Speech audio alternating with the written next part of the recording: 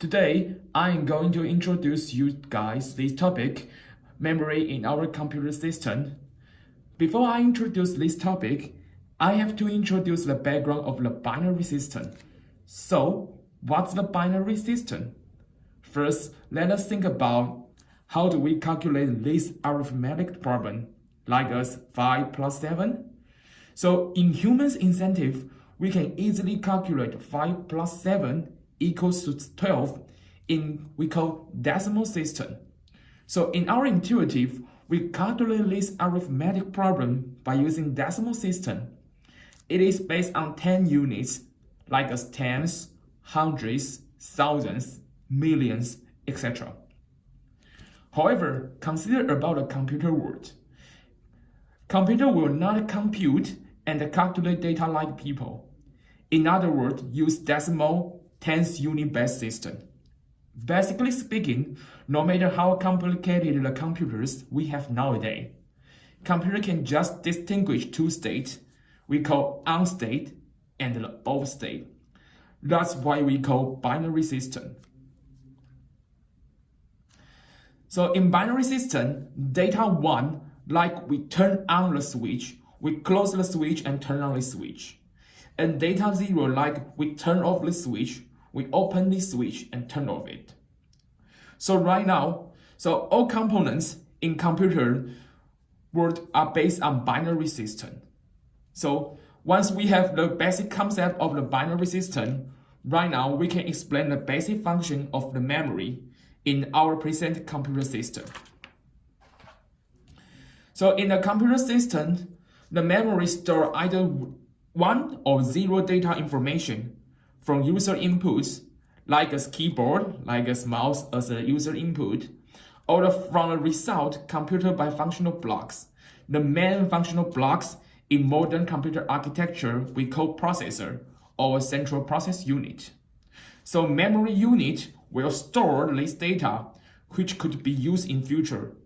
For example, the data information from processor or CPU, it can be used in the future, or we will output the data to the output units, something like the monitor and the speaker in our computer. So in computer system, we usually use random access memory, we call RAM. So what is the random access memory? We can analogize the RAM to a 2D shelf, like this picture. In this shelf, depending on the address code, for example, A1, B2, C3, etc. We can put stuff in the assigned location. It's similar to the write operation to the memory in computer. And we can get the information of stuff we put on shelf if we have the specific address code. So this kind of operation is similar to read operation. So we can write and read the stuff from this shelf from the memory. Next, I want to introduce the concept of volatile memory. So look at this shelf. Volatile memory is something like we need to supply the power to this shelf to keep stuff into this shelf.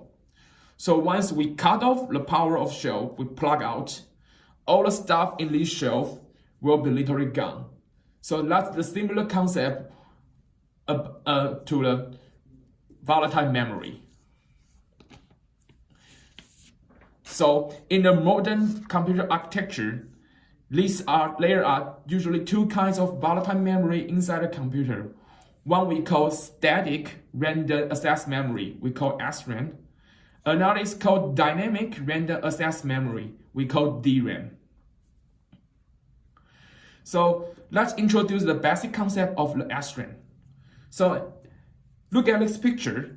SRAM is like a combination of a lock and a key. So we store data into this lock. So once we want to write the data into this lock, first we need the specific key to this lock to unlock it, and then write the new data to this lock. And we also need this key to unlock this lock to get the data into this lock. So normally, lock is very stable to store stuff. So that's why we call this kind of memory static. So compared to the SRAM, DRAM is like a combination of the ladder and a small pool. So the small pool stores the water and in memory store data. So once we want to write a data into DRAM, like as we want to put water into the small pool or make this pool empty, remind the binary system, there are just two status in the computer's words, empty and full. So if we want to make this small pool full and empty, first we need to climb this ladder and put water into this small pool or to make this pool empty.